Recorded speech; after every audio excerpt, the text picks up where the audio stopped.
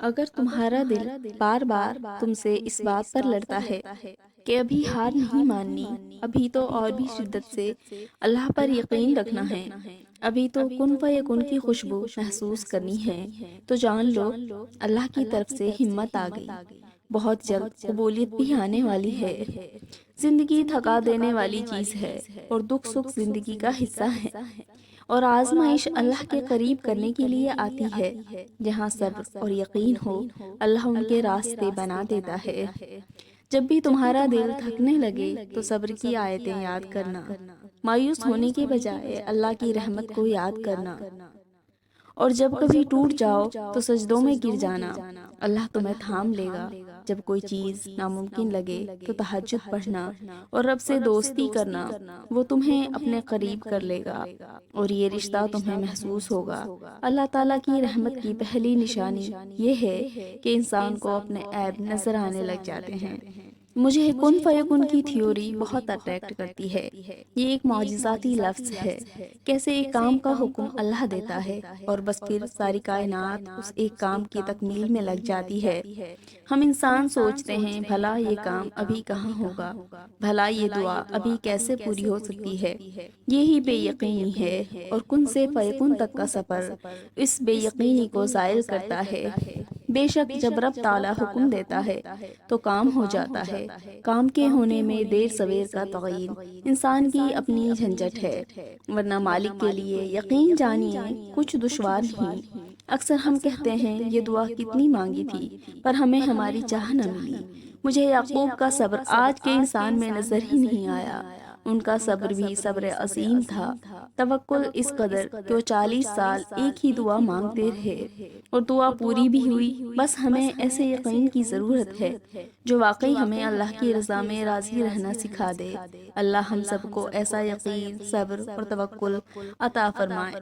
معجزے ہمیشہ صبر کے بعد ہوتے ہیں۔ جب ہمیں نظر آتا ہے کہ کچھ بھی ہمارے حق میں نہیں ہے، تب اللہ ہمارے لیے راستے بنا رہا ہوتا ہے۔ ہم صرف وہی دیکھ سکتے ہیں جو ظاہر ہو، مگر اللہ تو وہ چیزیں بھی دیکھتا ہے جو ہم نہیں دیکھ سکتے۔ وہ تو ماضی، حال اور مستقبل سب کا رب ہے۔ تو کیسے سوچ لیا کہ تم اپنا درد اسے بتاؤ گے اور وہ تمہاری مدد نہیں کرے گا؟ جانتے ہو اللہ پر توکل کے بعد ہونے والے معجزے حقیقتاً ہوتے ہیں، یہ واقعی پذیر ہوتے ہیں۔ جب تم مسلسل آسانی کی دعا مانگتے ہو، تمہیں کیا لگتا ہے اللہ جواب نہیں دیتا؟ ارے جب دعا مانگتے ہو، اللہ تب کہیں کسی کے دل کو نرم کر رہا ہوتا ہے، کہیں کسی کے ذہن میں کوئی خیال ڈال رہا ہوتا ہے، غرض تمہارے لیے اسباب بنا رہا ہوتا ہے، اور تمہیں لگتا ہے دعائیں رائے گا جا رہی ہیں۔ فرق بس اتنا ہے، اللہ جو تمہارے لیے کرتا ہے وہ تمہیں نظر نہیں آتا۔ اگر نظر آنے لگے یا تمہیں کسی طرح اللہ کے منصوبے کا علم ہو جائے تو ایمان کیسا، تو آزمائش کیسی؟ بس توکل کی راہ پر چلتے رہو۔ یہ راہ بہت خوبصورت ہے کیونکہ اس راہ میں تمہارے ساتھ تمہارا رب ہے۔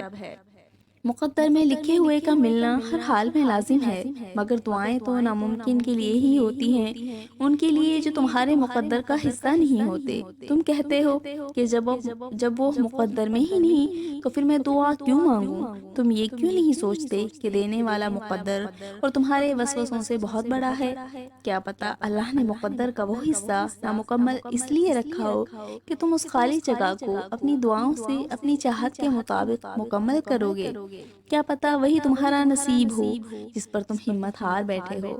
صبر سے گزارا کرو، وہ تمہارے یقین کا امتحان لیتا ہے، وہ تمہیں سزا نہیں دیتا، وہ تو بس تمہیں اپنے قریب لانے کے لیے آزماتا ہے۔ اور تمہیں پتہ ہے جو تم خواب دیکھتے ہو ان کی تعبیر تمہاری دعائیں لکھتی ہیں، اور تمہارے ہاتھوں کا اللہ کے روبرو اٹھنا تمہارا نصیب بدل دیتا ہے۔ تمہیں پتا ہے تمہارا مسئلہ کیا ہے؟ تم نے پہلے اپنے فیصلے اللہ پر تو چھوڑ دیے ہیں، مگر دل سے نہیں چھوڑے۔